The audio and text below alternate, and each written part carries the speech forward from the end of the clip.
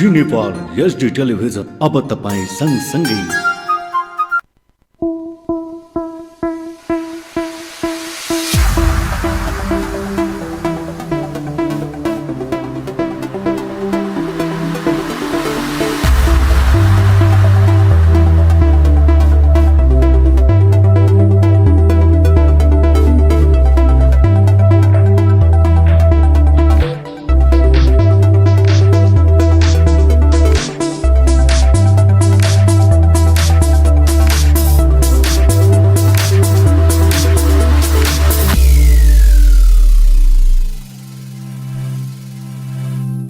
दर्शकबिन नमस्कार, तपाईँ हेर्दै हुनुहुन्छ जी नेपाल एचडी टेलिभिजन। हामी निर्वाचन संवाद कार्यक्रममा छौँ। निर्वाचनसँग केन्द्रित भएर कुराकानी गर्ने गरेछौँ। यो कार्यक्रममा खास गरी निर्वाचनको विषयलाई केन्द्रित गरेर नै विभिन्न पार्टीका उम्मेदवार र हामी स्टुडियो बाहिर भित्र दुवै गरेर जनताको प्रतिक्रिया लिने गरेका छौँ। त्यसै क्रममा आज हामीसँग हुनुहुन्छ सुधाकर मिश्राजी, गुलेरिया नगरपालिकाका मेयर पदका उम्मेदवार।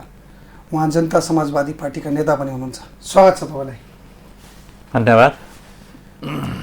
तपाईँ अहिले उम्मेदवार हुनुहुन्छ गुलेरिया नगरपालिकामा। तपाईँको उम्मेदवारी किन त? अब गुलेरिया नगरपालिकाको उम्मेदवारी हरेक पार्टीले गरे जस्तै म पनि आफ्नो पार्टीको प्रतिनिधि पात्रको रूपमा चाहिँ उम्मेदवारी दिएको हो। यो उम्मेदवारी गर्ने प्रक्रिया अनुसार चाहिँ एउटा कुरा हो।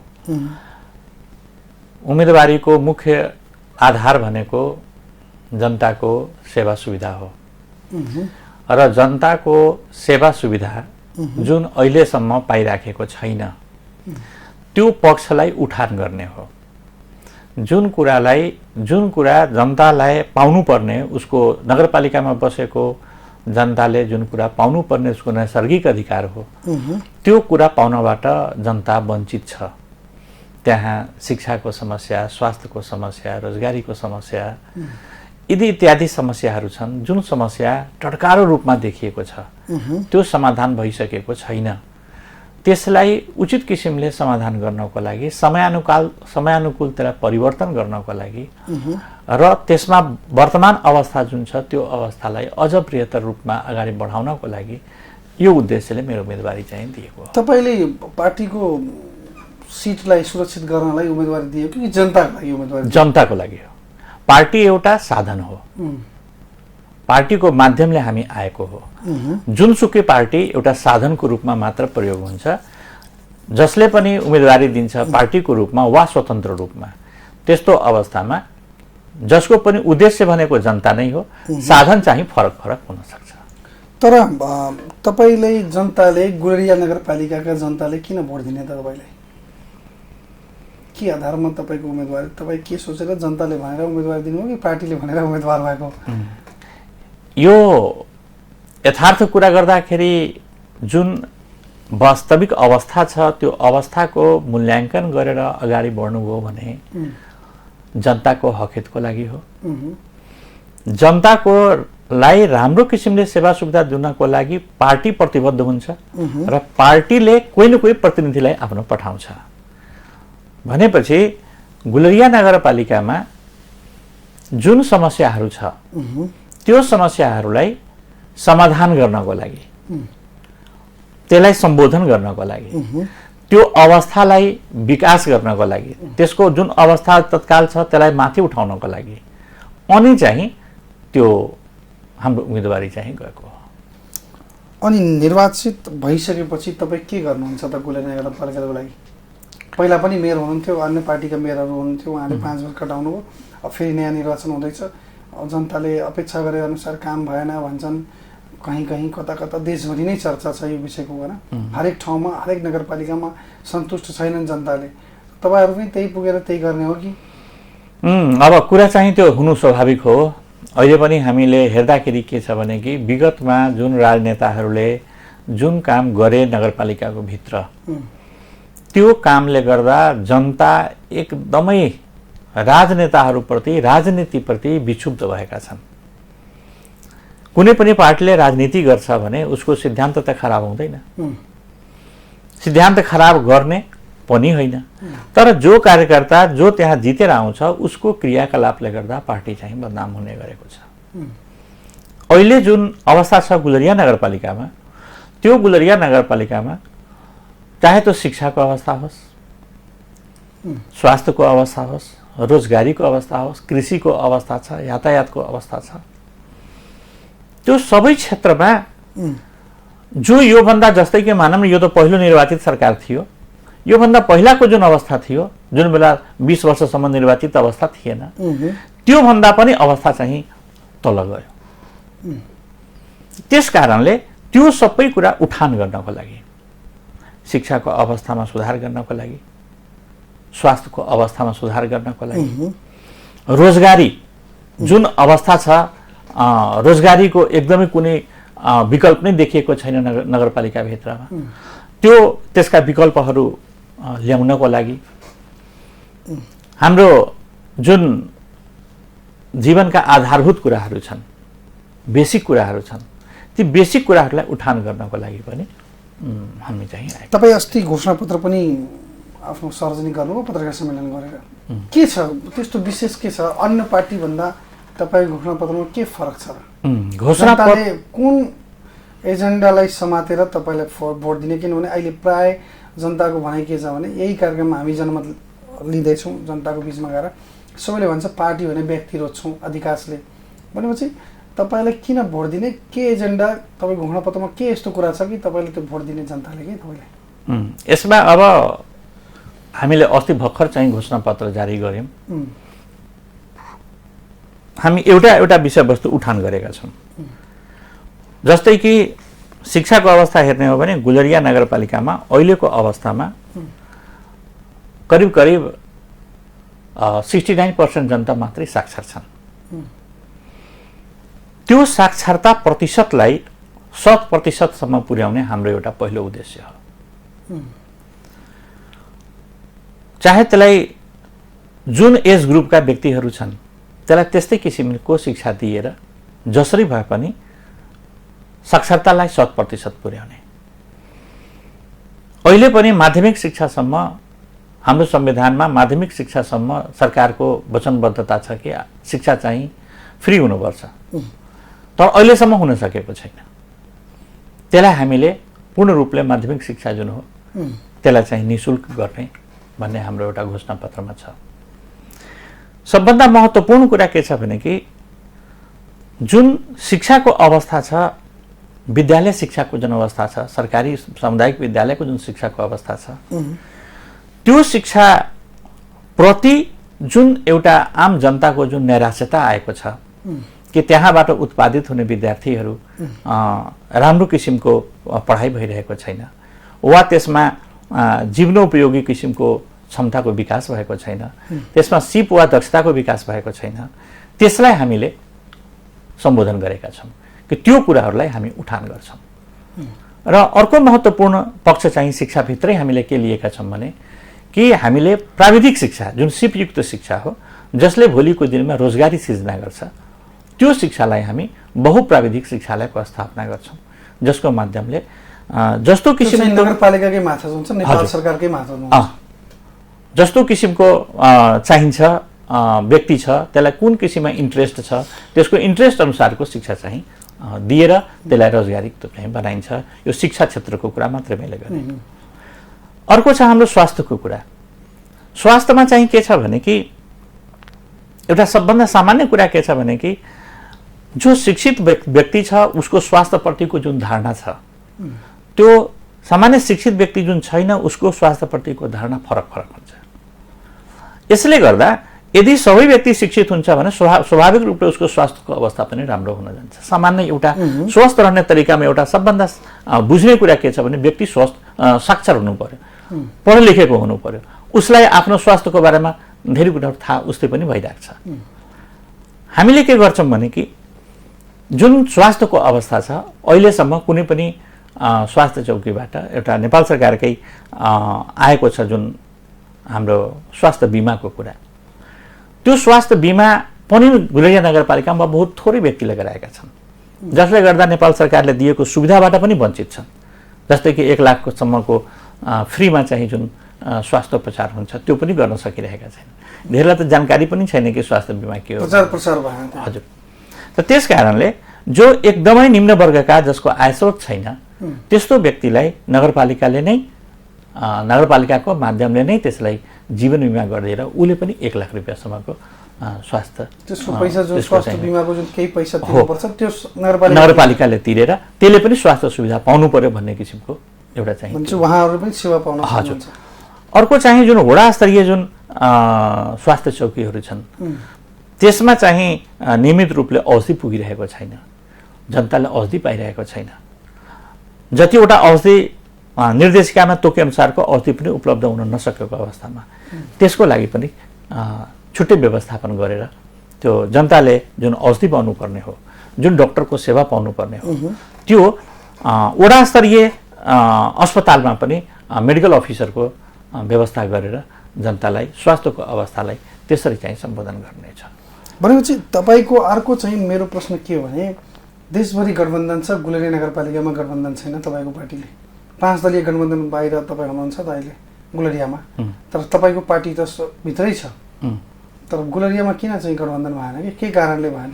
सत्ताको बाँडफाँड भएन कि सिटको बाँडफाँड हुन गाह्रो भयो कि सत्ता गठबन्धनका नेताहरूले मानेनन् कि के हो? तपाईँको पार्टीको नेता चाहिँ तपाईँको उपेन्द्र यादवले चाहिँ तपाईँलाई ल तपाईँहरू बाहिर गएर लड्नुहोस् भनेको हुन् कि के हो? राम्रो कुरा गर्नुभयो। तपाईँको प्रश्नकै म प्रति प्रश्न गर्न चाहन्छु। जुन जुन ठाउँमा भएको छ, तालमेल भएको छ त्यो ठाउँमा सन्तुष्टि छ। त्यो त तपाईँको पार्टीका नेता आजभोलि तपाईँहरूको मिडियालाई पनि यदि गठबन्धन भइदिएको भए सबै ठाउँमा तपाईँको मिडियालाई त्यति मेटेरियल पाउनुहुन्थेन जति गठबन्धन नभएर पाउनुभएको छ। आजभोलि मिडियामा जति कुरा आइरहेछ त्यो ठाउँको बढी आइरहेछ जुन ठाउँमा गठबन्धन भएको छ हैन, तछाड नछाड उठापटक हैन, यो सबै भएको छ। अब पार्टीबाट त भएको छ, पार्टीको हामी एउटा फलोवर भएको हुनाले त्यो कुरा मान्नु त पर्यो। तर व्यक्तिगत धारणा चाहिँ जुन मेरो के छ भने कि वास्तवमा यो गठबन्धन फ्री किसिमले जुन भएको छ त्यो आफ्नो क्षमता, आफ्नो दक्षता, पार्टीको अब सबभन्दा महत्त्वपूर्ण कुरा के हुन्छ भने हेर्नुहोस्, पार्टीले के निर्देश गर्छ भने जुनसुकै पार्टीको सबैको गठबन्धनभित्रको कि चाहिँ त्यसको मतभार कति हुनुपर्छ, कसको मतभार कति हो भन्ने किसिमको एउटा आधार मानेर बल्ल चाहिँ सिटको बाँडफाँड गर्ने भन्ने किसिमको कुरा आउँछ। अब मानौँ फेरि अर्को 5 वर्षपछि पनि त्यही कुरा आयो र आज जुन पार्टीले चुनाव लडेकै छैन गठबन्धनमा गयो त्यसको मतभार कहाँबाट तौलिन्छ त? कहाँबाट आउँछ त? त्यो हिसाबले जुन गुलेरिया नगरपालिकामा जुन भएन गठबन्धन त्यो मेरो हिसाबले त ठिकै हो। सबैले आफ्नो स्वतन्त्र किसिमले लडेका। पार्टीका नेताले के भन्नुहुन्छ उपेन्द्र यादवजीले? नै त्योसँग त उहाँहरूको जुन धारणा छ त्यसमा मैले केही हस्तक्षेप गर्ने ठाउँ छैन हैन। मेरो आफ्नो निजी विचार भनेको हो, पार्टी भन्दा अलिक फरक किसिमले सोच्ने हो भन्ने कुरा मात्रै गरेको हो। पार्टीको एउटा फलोवर भएको हुनाले पार्टीले गरेको निर्देशलाई हामीले नभएको कारण के भयो त? देशभरि गठबन्धन छ, गुलेरियामा गठबन्धनै छैन। अब गुलेरियामा के भयो भने कि जसपाले फाइदा लिने ठाउँमा चाहिँ फाइदा लिइरहेको छ। नै गठबन्धनमा हामी पनि गएका थियौँ, जहाँ फाइदा दिनुपर्ने छ त्यहाँ चाहिँ गरेको छैन। के हो त? त्यही भयो। अब गठबन्धन अब कस्तो देखियो भने कि गठबन्धनको हिसाबले अहिले गठबन्धनमा भएका 2वटा पार्टी खास गरेर कांग्रेस र माओवादी गुलेरियाको परिवेशमा त्यो उहाँहरूलाई के लागिरहेछ भने कि एउटा अहमतावादी धारणा, इगो, म नै छु कि चाहिँ म त स्वतः जितिरहेको छु भन्ने किसिमको। जितेकै ठाउँमा तपाईँकै पार्टीका नेता सिधै उपेन्द्र यादवजीले जहाँ जितेछौँ त्यहाँ चाहिँ उसले लिने सबै पार्टीको छलफल हुँदाखेरि त्यही कुरा गठबन्धनमा बाहिर समाचारमा पनि देखाएको, जसले जहाँ जितेछ जसको जन्म छ त्यसलाई नै पाउने हो, जो सेकेन्डमा थियो उसलाई नै पाउने, जो फर्स्टमा थियो त उसलाई पाउने हो भने विचार हेर्दै मत हेर्दै टिकट बाँडफाँड भएको अवस्था। त्यो अवस्था होला त बरदी गुलेरियामा पनि थियो। नै गुलेरियामा हामी त पछाडि थियौँ। सबभन्दा पहिला त कांग्रेस र माओवादीकै बिचमा कुरा मिलेन के। अब त्यो कुरा नमिलेपछि त अब हाम्रो कुरा त कसैको गठबन्धन छैन, कसैको छैन। बर्दिया भरि पुरै फ्री छ। बर्दिया भनेपछि गठबन्धनै छैन, बिना गठबन्धनको चुनाव हुँदैछ। बिना गठबन्धन भनेपछि तपाईलाई सजिलो छ त्यहाँ? सबैलाई सजिलो छ। सजिलो भएर त गठबन्धन नभएको। अनि तपाईँ चाहिँ धेरै लामो समयदेखि तपाईँ घोषणापत्रको अघि कुरा गर्नुभयो, शिक्षाका थुप्रै कुराहरू उठाउनुभयो, त्यसैलाई मैले केन्द्रित गरेर म एउटा प्रश्न दिन चाहेँ तपाईँलाई। तपाईँ धेरै लामो समयदेखि शिक्षा क्षेत्रमा हुनुहुन्छ, तर पोलिटिक्समा एकाएक कसरी आज इन्ट्री गर्नुभयो क्या तपाईँ? हुन त पार्टीमा हुनुहुन्थ्यो केही समयदेखि, तर राजनीतिमा हुम्बिने चुनावै लड्ने भन्ने परिस्थिति कहाँबाट सिर्जना भयो कि तपाईँले कसरी लाग्यो? एउटा शिक्षा क्षेत्रको ज्ञान बाँड्दै हिँड्ने प्रोफेसर, शिक्षक होइन, हजारौँ युवालाई चाहिँ बच्चाहरूलाई शिक्षा दिने अभिभावककै रूपमा तपाईँ हुनुहुन्थ्यो। अहिले चाहिँ देशकै अभिभावक नेतृत्वमा कसरी पुग्ने भन्ने चाहिँ चासो कहाँबाट जायो क्या तपाईँ? त्यो स्वाभाविक कुरा हो। जस्तै अहिले हामी यहाँ छौँ, यो निर्वाचन संवादको क्रममा छौँ। किन छौँ त? निर्वाचनको बेलाको अवस्थामा यहाँ आउनुपर्ने। अरू बेला त म यहाँ आएको थिएन नि त। निर्वाचनको एउटा प्रत्याशी थिएँ, त्यो निर्वाचनको प्रत्याशीको रूपमा म चाहिँ यहाँ आएँ होइन। किन त्यस बेला आवश्यकता महसुस भयो। गुलरिया नगरपालिकाको परिवेशमा यहाँको जुन विकासको अवस्था हो, यहाँको जुन भने नि मैले जुन आधारभूत कुराहरू छन्, त्यो मैले जस्तो सोचेको थिएँ त्यस्तो भएन। अनि मलाई के लाग्यो भने कि सायद म आएर यसलाई आफ्नो भिजनले होइन, आफ्नो सोचाइले विद्यालय राम्रो चलाछु भने यसलाई पनि राम्रो किसिमको चलाउन सक्छु भन्ने किसिमको एउटा आत्मविश्वास पनि आयो र इच्छा पनि भयो कि यस्तो किसिमले चाहिँ गरौँ भन्ने किसिमको कुरा आएको हुनाले अनि चाहिँ मैले यतातिर चाहिँ लागेको। तपाईँको जित्ने आधार के त? जनमत। के आधारमा तपाईँ चुनाव, तपाईँ लाग्छ कि म यो कारणले चुनाव जित्छु?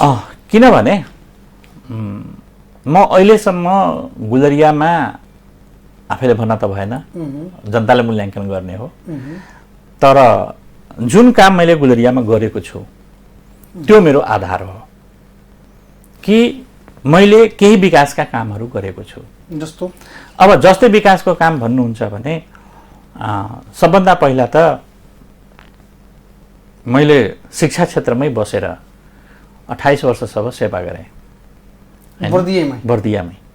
र त्यस कारणले त्यो पनि एउटा मेरो त्यसबाट उत्पादित जुन जनशक्ति छन् त्यसभित्रको म प्रतिको जुन आस्था छ, म प्रतिको जुन विश्वास हो कि उहाँले चाहिँ ठाउँ पाएपछि गर्न सक्नुहुन्छ भन्ने एउटा आधार हो। दोस्रो चाहिँ मैले बर्दियामा प्राविधिक शिक्षाको सुरुवात गरेको हो र त्यो प्राविधिक शिक्षाको सुरुवात गरिसकेपछि लगभग 22-23 वर्ष भइसक्यो र 22-23 वर्षमा मैले हाम्रो संस्थाबाट उत्पादित जुन विद्यार्थीहरू छन् ती विद्यार्थीहरू प्राय त्यसमध्येका 80% विद्यार्थीहरू रोजगारमा व्यस्त छन् भनेपछि मान्छेले त हेर्छ नि, यसले गरेपछि बल्ल यस्तो के रोजगारीको सृजना गरेको छ नि त। तपाईको 10-12 वर्ष पहिले बर्दिया अस्पतालको जुन अवस्था थियो दयनीय अवस्थामा थियो। एउटा मेडिकल अफिसर बस्थेन राम्ररी। तर मैले व्यक्तिगत रूपले पहल पनि गरेँ, अन्य राजनेताहरूको पनि साथ भयो। यसले गर्दा बर्दिया अस्पताललाई पनि आज एउटा एकदमै व्यवस्थित अस्पतालको रूपमा हामी लिन सक्छौँ हैन। त यी यस्ता किसिमका अन्य धेरै कामहरू छन् जुन कामहरू मैले चाहिँ व्यक्तिगत पहलमा गरेको हो। यदि व्यक्तिगत पहलमा मैले यति काम गर्न सक्छु भने यदि सामूहिक जिम्मेवारी मैले पाएँ भने त मैले सहज रूपमा आफ्नो योजना अनुसार अगाडि बढाएर गुलरिया नगरपालिकालाई एउटा बृहत्तर एकदमै विकसित नमुना नगरपालिकाको रूपमा स्थापित गर्न सक्छु भन्ने किसिमको एउटा मेरो सोचाइ हो र जनताको पनि यही सोचाइ हो कि अहिलेका मेयरहरूमध्ये अलि विश्वास गर्न सक्ने खालको उम्मेदवार चाहिँ उहाँ हुनुहुन्छ। त्यस्तो अवस्थामा अब जनताले भोलि के भन्छ त्यो मतबाट नै थाहा हुने हो हैन, अहिले त भनाइ मात्रै हो। तपाईको पार्टीको अवस्था त लुम्बिनी प्रदेशमा धेरै दयनीय छ त, नाजुक छ। यो कहाँबाट हेर्नुभयो तपाईँ? ठ्याक्कै हेर्नु न। अहिले तपाईँ गुलरिया नगरपालिकामा यहाँ नेपाल, मैले लुम्बिनी प्रदेशको कुरा गर्दैछु। लुम्बिनी प्रदेशभित्र तपाईँ हेर्नु सर र हेर्नुहोस् आफ्नै पार्टीको डाटा, कति पालिका जिते थियो, कति गाउँपालिका, नगरपालिका, उपमहानगरपालिका हैन, कति जिते थियो भने लुम्बिनी प्रदेशको कुरा गर्दैछु मैले, अन्य प्रदेशको कुरा गर्दैन। तर अहिले चाहिँ तपाईँको त्यही सबै लेखाजोखा गर्दाखेरि गुलरियामा तपाईँको पार्टीको सङ्गठन के छ त? अब तपाईँको लुम्बिनी प्रदेशको पहिला कुरा गरौँ। लुम्बिनी प्रदेशको तराई भेकमा हैन, नवलपरासीदेखि लिएर तपाईँको बर्दियासम्म लुम्बिनी प्रदेशको यो जुन 6 वटा जिल्ला भयो, यो 6 वटा जिल्लामा हाम्रो बलियो पकड छ। त्यो कताबाट तपाईँले कुन डाटाबाट भनिराख्नु भएको छ त्यो मैले बुझ्न सकेको छैन। नत्र भने तपाईँको नवलपरासीदेखि बर्दियासम्म हाम्रो चाहिँ बलियो अवस्था छ। उदाहरणको लागि तपाईँको जुन ठाउँमा बस्नु भएको छ,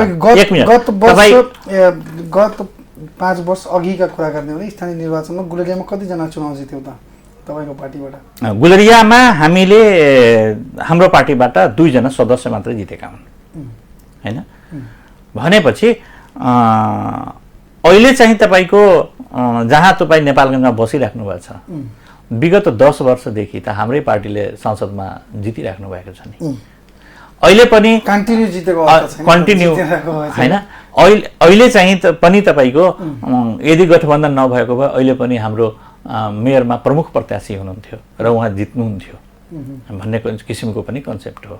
भनेपछि तपाईँले सोझै यो भनिदिने कि लुम्बिनी प्रदेशमै चाहिँ आधारै छैन भन्ने कुरा।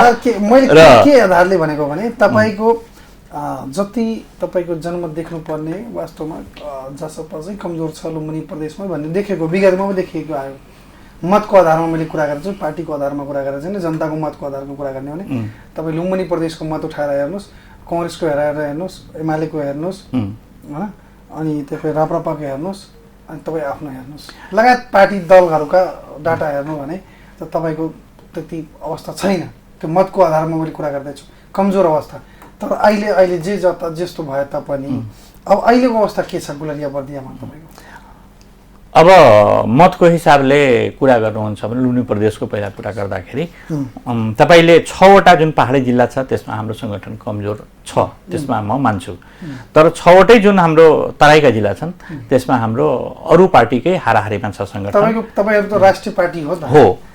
उपेन्द्रजीले जनजाति, सबै आदिवासी होइन पहाडमा गएर ढाका टोपी लगाएर पनि प्रचार गरेको अवस्था पनि छ। सबैको मत लिन खोज्दै हुनुहुन्छ। तर चाहिँ अहिले भोट पाए तपाईँले आफै भन्नुहुन्छ कि हाम्रो कमजोर छ सङ्गठन पहाडमा। पहाडमा कमजोर छ, त्यो यथार्थ कुरा त जसले पनि अब तपाईँले अब कम्पेरिजनको कुरा, इन्डिकेटरको कुरा गर्नुभयो भने त त्यहाँ त साँच्चै हाम्रो कमजोर अवस्था छ। लुम्बिनी प्रदेश कमजोरमै छ केही न केही। गुलेरिया बर्दियामा तपाईँको पार्टीको सङ्गठन? गुलेरिया बर्दियामा पार्टीको सङ्गठन अहिले हाम्रो गुलेरियाको प्रोपर कुरा गर्नुहुन्छ भने हामी बलियो अवस्थामा छौँ होइन। हामी 8वटा वार्डमा एकदमै बलियो, 12वटा वार्ड छ, 8वटा वार्डमा हामी एकदमै बलियो अवस्थामा छौँ होइन। र त्यसमा हामीले भर्सक 8वटा वार्डमा हामीले जित्ने अवस्थामा पनि छौँ। अनि तपाईँले के योगदान गर्नुभयो गुलेरियामा जुन चाहिँ तपाईँले जनताले भोट दिनु, तपाईँ उम्मेदवार हुनुहुन्छ? अब रह्यो योगदानको कुरा भनेपछि स्वाभाविक रूपले हाम्रो जुन सङ्गठन थियो बर्दियामा, हजुर गुलेरियामा, त्यो अन्य पार्टीको तुलनामा हाम्रो कमजोर अवस्थामा थियो विगतको दिनमा। तर योगदान के हो भने कि हाम्रो पार्टी आन्दोलनबाट स्थापित पार्टी हो, मधेस आन्दोलनबाट जन्मिएको पार्टी हो। पछि आएर विभिन्न पार्टीहरूको समागम भयो। तपाईले मधेसवादी दल हुनुहुन्न कि हुनुहुन्छ? अहिले त छैन, अहिले मधेसवादी मात्रै भन्न मिलेन हैन। तर मैले हिस्ट्री भनेको हो, हाम्रो स्थापना कहाँबाट भएको हो भन्ने कुरा गर्न खोजेको हो। स्थापना त मधेस आन्दोलनबाट नै सुरु भएको हो नि त हैन। त्यहाँबाट स्थापित भएको हो, विचार परिवर्तन हुने कुरा हो र त्यो अनुसारले परिवर्तन हुँदा हुँदै हुँदा हुँदै हामी एउटा अहिले ठुलो धारमा आइसकेका छौँ। पहिला हाम्रो मधेसमा मात्रै केन्द्रित पार्टी थियो, अहिले तपाईँले स्वयं भनिराख्नु भएको छ कि राष्ट्रिय पार्टीको रूपमा पुरै पहाडदेखि तराईसम्म सबै फैलिएको अवस्था छ। र त्यस कारणले त्यो अवस्थामा हेर्दाखेरि अहिले हामीले गुलेरियामा अवसर नै पाएका छैनौँ केही गरौँ भनेर। किनभने सामाजिक सेवा त हो, सामाजिक सेवा त हामी गरेछौँ आफ्नो आफ्नो क्षेत्रबाट, तर राजनीतिक रूपमा स्थापित हुनको लागि राजनीतिक ठाउँ पाउनुपर्ने अवस्था आवश्यक हुन्छ र त्यही ठाउँ पाएर हामी केही गर्न सक्छौँ भन्ने किसिमको विश्वास लिएर अहिले हामी आएका छौँ कि जनताले हामीलाई विश्वास गर्छ, हामीले चाहिँ अगाडि बढ्छौँ र स्थापित भइसकेपछि बल्ल गरेर देखाउने हो। तपाईँको योगदान के छ त खास गरी गुलेरियामा? अब अहिले भने त मैले हैन, अघि नै व्यक्तिगत रूपले भन्दाखेरि त्यस्तो किसिमले भने, राजनीतिक रूपले भन्दाखेरि हामीले समाजसेवामा लागेका छौँ हैन। समाजमा भएका जुन विपक्षीको भूमिकामा पनि बेला बेलामा चित्त नबुझेका सत्तापक्षद्वारा गरिएका जुन कुराहरू छन् त्यसको विरोध गरेका छौँ हैन। भ्रष्टाचारको विरुद्धमा हामी आन्दोलन गरेका छौँ हैन। त यो सबै काम लाइनमा तपाईँ भनिदिनु पर्यो, तपाईँको उम्मेदवारी मेन मुद्दा के हो? उम्मेदवारी विकास, सर्वपक्षीय विकास सामाजिक विकास, शैक्षिक विकास, राजनीतिक विकास, सबै किसिमको आर्थिक विकास, सबै विकासको लागि हाम्रो मुख्य एजेन्डा विकास नै हो। संस्कृतिको विकास छ कि छैन? छ सबै विकास मैले भने नि। विकासभित्र तपाईँको सबभन्दा पहिला व्यक्तिगत विकास आयो, पारिवारिक विकास भयो, सामाजिक विकास भयो, आर्थिक विकास भयो, सबै किसिमको नैतिक विकास भयो। अब हामी कार्यक्रमको अन्त्यतिर आइरहेछौँ। खास गरी तपाईँको यो उम्मेदवारीले बर्दियामा अहिले प्रतिस्पर्धी को छ तपाईँको गुलरियामा? अब विगतमा हेर्दाखेरि 3वटा पार्टी प्रतिस्पर्धीको रूपमा थिए हैन, नेपाली कांग्रेस, एमाले, माओवादी। यो 3टा एक आपसमा प्रतिस्पर्धी थिए। अहिले चाहिँ हामी पनि प्रतिस्पर्धीको रूपमा आएका छौँ। अब यो प्रतिस्पर्धा पछि पुनः स्थापित हुन्छ कि को 3वटा प्रतिस्पर्धी भयो भन्ने कुरा त प्रतिस्पर्धा पछि नै छनौट हुने मतबाटै थाहा हुन्छ। हो, त्यो मतबाट नै थाहा हुने हो। तर अहिलेसम्मको लागि प्रतिस्पर्धी 3वटा मानिएको थियो भने हामी चाहिँ चौथो प्रतिस्पर्धीको रूपमा पनि स्थापित हुन गइरहेका छौँ। जनतालाई खास गरी तपाईँको अहिले मतदाता पनि हुनुहुन्छ होला, सुन्ने व्यक्तिहरू, सुन्ने जनता, नेपाली जनताहरू, उहाँलाई के भन्न चाहनुहुन्छ? अब छोटकरीमा भन्दाखेरि मैले मात्र यति के भन्न खोजेँ भने कि गुलरिया नगरपालिकाको सर्वाङ्गीन विकासको लागि, हरेक पक्षको विकासको लागि मेरो उम्मेदवारी 100% सही उत्रिनेछ। मैले जितेको खण्डमा गुलरिया नगरपालिकाका बासिन्दाले एउटा नयाँ गुलरिया 5 वर्षभित्रमा एउटा नयाँ गुलरियाको प्रत्याभूति गर्नेछन् र यसको लागि नगरवासीहरूले बढीभन्दा बढी मत दिएर मलाई चाहिँ विजय गराउनु पर्ने हुन्छ। किनभने मैले सोचेको, मैले राखेको भिजन त्यो ठाउँमा ल्याउनको लागि जरुरी छ कि म त्यो ठाउँमा पुगौँ। नपुग्दासम्म त्यो ठाउँमा नपुग्दासम्म त्यो कुरा गर्न सकिँदैन। त्यो हिसाबले मैले छोटकरीमा भन्दाखेरि कि गुलरियाको चौतर्फी विकासको लागि आवश्यक छ र त्यस कारणले गुलरिया नगरपालिकाका जनता मलाई मत दिनुहुन्छ भन्ने मलाई पूर्ण विश्वास छ। तपाईँको पार्टी खास गरी यो चुनाव त स्थानीय चुनाव हो, स्थानीय मुद्दासँग सरकार राख्ने विषयवस्तु भएपछि जनताले मतदान दिने हो, तपाईँले मतदान गर्ने हो, मतदान गर्ने हो, तपाईँप्रति मत दिने हो। तपाईँको पार्टीको एजेन्डा के यस्तो छ, केन्द्रीय एजेन्डा कि जुन स्थानीय जनतालाई प्रभाव पारेको अवस्था छ? तपाईँलाई लाग्छ तपाईँले त्यो अनुभूति गरेर उम्मेदवार हुनुहुन्छ, मेरो पार्टी राम्रो पार्टी हो, हाम्रो पार्टीलाई मतदान गर्नुपर्छ? अब के छ भने कि राष्ट्रिय एजेन्डाको कुरा गर्नुहुन्छ भने त राष्ट्रिय हाम्रो मेनिफेस्टो पनि आइसकेको छ, सबैलाई त्यो भइसकेको, थाहा भइसकेको छ र त्यो मेनिफेस्टोमा थुप्रै कुराहरू छन्। तर त्यो कतिपय गुलरिया ठाउँमा लागू हुन सक्छ, कतिपय लागू नहुन सक्छ, त्यो आफ्नो ठाउँमा छ।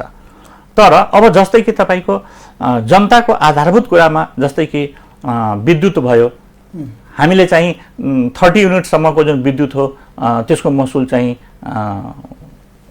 नगरपालिकाले तिर्ने। तपाईँहरूको नेताहरूको सबै बोली चुनावमा देखिन्छ, चुनाव सकिएपछि सबै घोषणापत्र गायब हुन्छ, टेबलभित्र हुन्छ, अर्को कागजपत्र बाहिर हुन्छ होइन? त्यो प्रवृत्ति छ त नेताहरूमा। त्यस्तो तपाईँसँग हुन्छ कि हुँदैन? त्यो हुँदैन। मैले जति घोषणा पत्र निकालेको छु त्यो घोषणा पत्रको म त जनतालाई यतिसम्म भनेछु कि यो घोषणा पत्र राख्नुस्, यो घोषणा पत्रमा भएको A to Z कुरा हैन, म जितिसकेपछि त्यसमा लेखिएका कुराहरूलाई समय पनि बाँड्दिन्छु। यो 1 महिनामा हुने, यो 1 वर्षमा हुने, यो 2 वर्षमा हुने, यो 5 वर्षमा हुने भन्ने किसिमको कुरा पनि राख्दिन्छु र त्यो अनुसारले भएन भने बल्ल जनताले आफ्नो निर्णय सुनाउने हो कि म के गर्न सक्छु। त्यसपछि म्यानेजमेन्टको पुरै तयारीमा छ। ल, हामी तपाईँलाई आफ्नो चुनावी व्यस्तताका बावजुद तपाईँले आफ्नो अमूल्य समय दिनुभयो, त्यसको लागि म तपाईँलाई हृदयदेखि धन्यवाद दिन चाहन्छु। धन्यवाद तपाईँलाई पनि। दर्शकबिन, आज हामीसँग हुनुहुन्थ्यो सुधाकर मिश्राजी, गुलरिया नगरपालिकाका मेयर पदका उम्मेदवार र जनता समाजवादी पार्टीका नेता। खास गरी उहाँको उम्मेदवारी किन, उहाँको पार्टीको एजेन्डा के र उहाँले उम्मेदवारी किन दिनुभयो र उहाँले गुलरियामा उहाँको योगदान के छ त्यो सन्दर्भलाई जोडेर उहाँले निम्ति आएको थियो। त्यसै क्रममा अर्को पात्रका साथ तपाईँहरूको माझमा प्रस्तुत हुनेछु। तबसम्म हेर्दै गर्नुहोला जी नेपाल एसी टेलिभिजन। हस्, धन्यवाद, नमस्कार।